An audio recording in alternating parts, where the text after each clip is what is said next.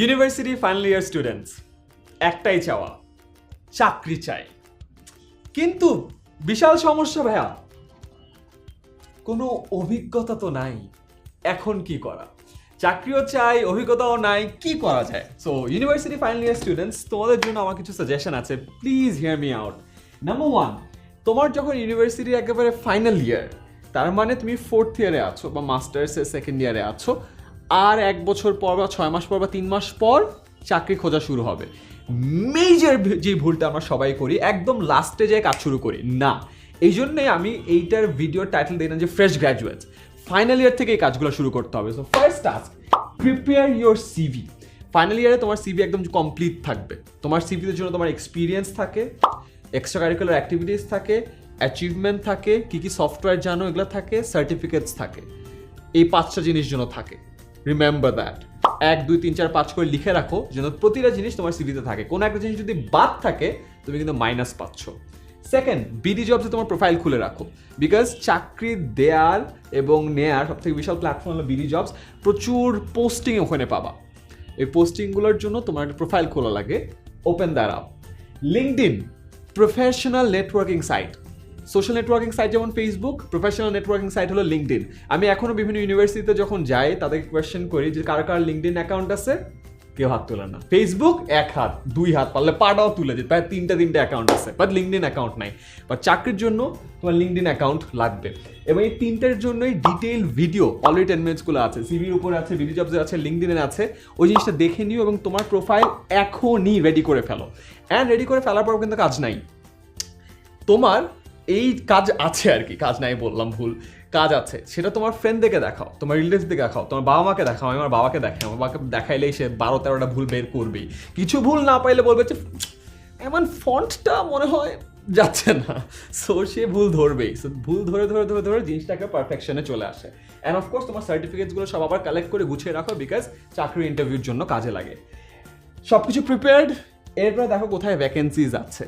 Number 1, পেপারে vacancy পাওয়া যায়, চাকরির পেজগুলো আছে, খোঁজ নাও। ইন্টারনেটে পেপার পাওয়া যায়, পেপার আছে, সবগুলো পেপারের চাকরির পেজগুলোর থেকে যেন তোমার চোখ না সরে। মেক শিওর এগুলো সবগুলোর জন্য দেখা যায়। 2 নম্বর, ব্যাচ গ্রুপ। তোমার ব্যাচের গ্রুপ আছে, তোমার সেকশনের গ্রুপ আছে, তোমার ইয়ারের গ্রুপ আছে, তোমার পরে ইউনিভার্সিটির গ্রুপ আছে, স্টুডেন্ট কমিউনিটির আরও গ্রুপ আছে, অন্টারপ্রেনারশিপের বিভিন্ন গ্রুপ আছে, স্টার্ট আপগুলোর গ্রুপ আছে, যেখানে প্রতিনিয়ত মানুষ চাকরি পোস্ট করছে যে আমার মানুষ দরকার, এই হায়ারিং চলছে, এই নতুন জব পোস্টিং আছে। সেগুলোতে খেয়াল রাখো, বিকজ ওখানে প্রচুর ভ্যাকেন্সি পোস্ট করা হয়। ওয়ার্ড অফ মাউথ, আশেপাশে মানুষের সাথে খোঁজ খবর রাখো, কোথায় কোন ভালো ভালো জব আছে, যে জবগুলো তুমি খুঁজতে চাও। 4th হলো সিনিয়র্স। তুমি পার্টিকুলার কোনো কোম্পানিতে যেতে চাও, মনে করো ইউনিলিভারে যেতে চাও, বিএডিতে যেতে চাও, রবিতে যেতে চাও, এই কোম্পানিতে তোমার ইউনিভার্সিটির সিনিয়র যারা যারা আছে, ওই সিনিয়রদেরকে নক করো। নক করে বলো যে ভাইয়া, এই আপনি যখন চাকরি পেয়েছিলেন কী করেছিলেন, কীভাবে প্রিপারেশন নিয়েছিলেন, সিভিটা কেমন ছিল, ভাইভাতে কী কী জিজ্ঞাসা করেছিল, চাকরিতে ঢোকার পর কী কী জিনিস কাজে লাগে, এখন থেকে আমি কীভাবে প্রিপারেশন নিতে পারবো, অ্যান্ড আপনি আমাকে একটু মেন্টর করেন। আমার যখন সময় আসবে তখন যদি একটু আমাকে অ্যাডভাইস দিতেন, আমার সিভিটা একটু চেক করে দিয়েন। সো এই যে তাদের সাথে একটু কথাবার্তা বলা, তাদের কাছ থেকে অ্যাডভাইস নেওয়া, তাদের মেন্টরিংটা নেওয়া এখন থেকেই শুরু করো। প্লাস তাদের কোম্পানির যখন জব পোস্টিং হবে, তখন তাদেরও তার নিজের ইউনিভার্সিটি থেকে তোমার কথাই সবার আগে মনে পড়বে, বিকজ তুমি তার কাছে অনেক বেশি ইন্টারেস্ট জানিয়েছো। এরপর লিঙ্কডইনে প্রচুর জব পোস্টিং হয়, অ্যাজ আই অলরেডি মেনশন। তোমার লিঙ্কডইন প্রোফাইল যদি ঠিকঠাক থাকে, লিঙ্কডইন যদি রেগুলার হও, লিঙ্কডইন থেকেও তুমি প্রচুর চাকরি অফার পেতে পারো। অ্যান্ড লাস্টলি রিলেটিভস, তোমার রিলেটিভস সবাইকে জানাও যে তুমি পাস করে বের হয়ে গেছো। অফকোর্স তোমার রিলেটিভসদের মধ্যে অনেক জায়গায় আছে, সো যখন জব পোস্টিং হবে তখন তারা তোমাকে একটা কল দিবে। সো মেক শিওর এই যে ভ্যাকেন্সিগুলো যতগুলো জায়গা আছে সবগুলোর জন্য প্রপারলি তোমার জানা থাকে। এরপর হলো প্র্যাকটিস। রিটেন টেস্ট কিন্তু আবারও দিতে হবে। মনে করেছিলাম যে আহারে অ্যাডমিশন টেস্ট একবার ইউনিভার্সিটি দিয়েছে আর জীবনে দিতে হবে না, কিন্তু দিতে হয়। অ্যাপটিটিউড টেস্ট দিতে হয়, যে অ্যাপটিটিউড টেস্টগুলো অনেক সময় আইবি অ্যাডমিশন টেস্টের মতো হয়।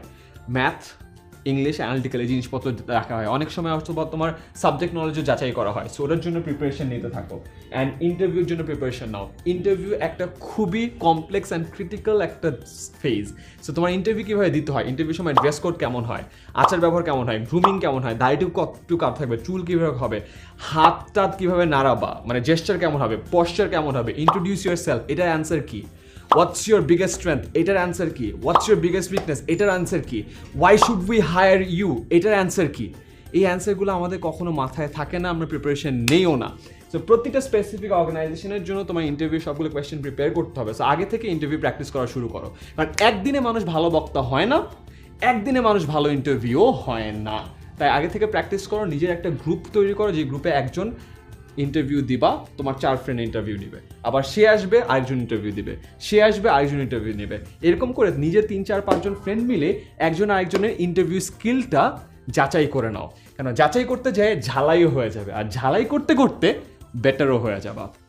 অ্যান্ড রিমেম্বার, যখন তোমাদের এই জিনিসগুলো হচ্ছে, তোমাদের ড্রেস কোড যেন ঠিকঠাক থাকে। ইন্টারভিউ বোর্ডে যাওয়ার জন্য কি ড্রেস কোড দরকার, ওখানে আমার ডিটেল ভিডিও আছে, please watch that. Second, experience একটা বিশাল জিনিস। আমরা অনেকে ইউনিভার্সিটি থাকা অবস্থায় বলি, বাট ভাইয়া যে কোনো একটা কাজের জন্য তো এক্সপিরিয়েন্স লাগে, ওই এক্সপিরিয়েন্সের জন্য তো কাজ লাগে, ওই কাজের জন্য আবার এক্সপিরিয়েন্স লাগে। সো এর মধ্যে আমি ঘুরতেছি, বাইর হবো কেমনে?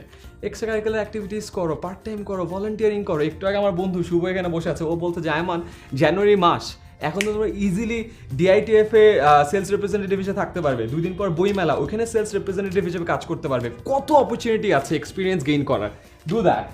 থার্ড, কমিউনিকেশন, বাংলা এবং ইংলিশে লেখনির যে হাতটা ওইটা একটু জোরদার করো, এবং মৌখিক বা বলার যে দক্ষতা ওটাকে বাড়াও।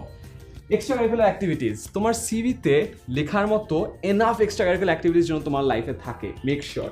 এবং এগুলো যদি না থাকে, দেখা যাবে তোমার ইন্টারভিউ বোর্ডে বলারও কিছু পারছো না। And lastly, technical. এই ডিজিটাল জামানায় বেঁচে থাকার বিগেস্ট পে হলো সফটওয়্যার জানা, Microsoft Word, Excel, power point.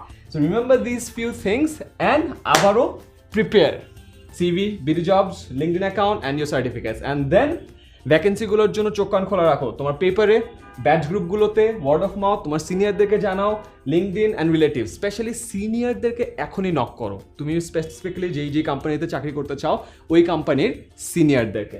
And finally, practice the written test and interviews. And এগুলো ডিটেল ভিডিওগুলো আছে, ওগুলোও দেখো। অ্যান্ড তাহলে তোমার আর বলতে হবে না যে ভাই অভিজ্ঞতা নাই কিন্তু আমি চাকরি চাই। তার কারণ হলো এই সবগুলো জিনিস যদি তোমার ঠিকঠাক থাকে, মানুষই তোমাকে চাকরি দিবে। অফকোর্স তোমাকে ডেকে এনে বসে যে ভাই আসেন চাকরি করেন, এভাবে হবে না। বাট এই কাজগুলো করলে চাকরি পাওয়াতে বাধাগুলো যেগুলো আছে ওগুলো আর থাকবে না। তো finally students, please do this. Wish you all the best.